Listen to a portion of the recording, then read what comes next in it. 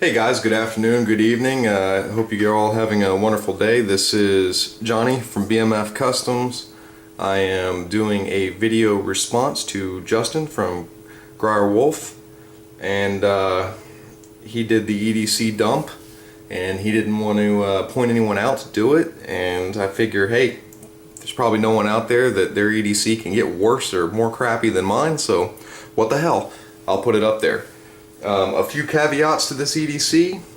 It changes depending on whether I'm going to work or if I'm going out with my family, due to the fact that I work on a federal installation, so some things I may not be able to carry. Also, it would change depending on my environment. I am mostly in an urban environment, going to and from work, to and from my son's school, etc. So that changes a lot. Also, I would like to say that I do carry other things in my vehicle. So I do have some other things like fire starting and emergency stuff in my vehicle. Alright, so with that out of the way, we'll get started. Number one thing I always have on me is my cell phone. You know, it's a pretty powerful device. It's great. It's like a mini computer. I can make contact with it, use it for communications, use it to get information when it has battery juice. So I'll just leave it at that. It's not a foolproof system. Next thing that I carry all the time is my knife. I do have a folding knife. It is a Blackhawk CQD Mark I Type E. I really do like this knife. It is not a bushcraft knife. I suppose it could be used in an emergency. It does not have it has a coating on it, so it would not be good for striking a ferro rod really well unless I use the blade, which is half serrated. It does, however, have a seatbelt cutter as well as a glass punch on it, and for my environment that's actually very good. Other than being military, I am also an EMT, so this can allow me to get into, I spend a lot of time going to and from work and other places. If there's a vehicle accident, I can get in quickly and get people out. Also in my Jeep I do carry some medical equipment. I also always have a lighter. This is a great functioning tool, multi-purpose, because I can start fires with it. I can use it for light in the short term, and I can light my smokes. I know, bad Johnny, shouldn't be doing that. I get it. Next, one thing that is going to be different between work and not work. When I work, I wear my normal military uniform, and that includes a belt. Alright, I don't like the military belts, they're kind of crappy. So when I'm not at work, this is what I wear around my jeans, whatever my pants are. This is a Cobra belt. I know it's not leather. I do take a leather belt if I go into the woods with my son or to do some, little bit of bushcraft to learn.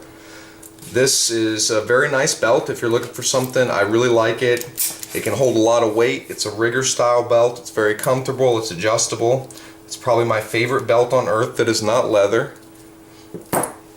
Another caveat I will add into a lot of this stuff is I know that some of my gear is not the best in the world, and it is not actually what I would choose to carry in some cases. However, due to price constraint and stuff like that, I carry what I can. So the next thing that I carry is I have an M&P shield. This is chambered in a 9mm.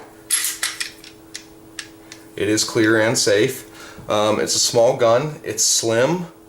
I know there's a lot of guys out there, they're going to say, hey, why are you carrying that little tiny ass gun? Oh, 9mm sucks. Okay, well, I carry that because the price point was good for me. I got a good deal on it.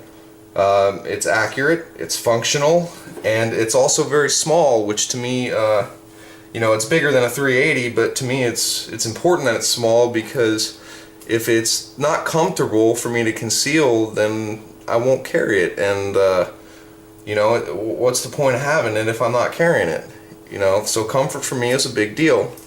Here's one of those items that is not what I would choose. It is my holster for my M&P. It is not made for the M&P shield. It is actually made for a long-barreled Glock 17, but it's what I have, and I was able to get it for free. It was given to me by a good friend of mine. So it is a concealed carry holster inside the belt, and it was originally much bigger, but I trimmed it down as best I could, and you know, it's serviceable and it's worked great for me. Next thing that I carry is my wallet. I don't really have anything special other than a picture of my little boy, and I do keep a razor blade usually in there. I don't have it in right now, but that's just because it's extra. And you never know when it'll come in handy. The other thing that I have is my keys to my Jeep. And one more thing that I always carry is some chapstick. And it is a multifunctional item, but I use it mainly for my lips so they don't dry out. And being in the military means I like to drink coffee, which means sometimes I get dehydrated and my lips chap. So that's why I carry that. Other than that, I usually have a pen of some sort about me. And to be honest with you, as far as stuff that I carry religiously every day, that's it.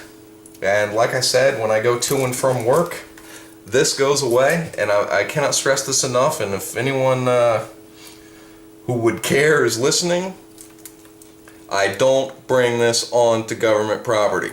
Alright, enough said. So that's what I got. So that would go away. This would go away and be replaced with my uniform belt. And this is what it would look like. I will probably adapt it as I have time and money and resources, and I learn some things, but that's what I've got. Justin over at Wolfe, thank you for everything you guys do. I really like your videos, and I just wanted to get this started. Johnny, out.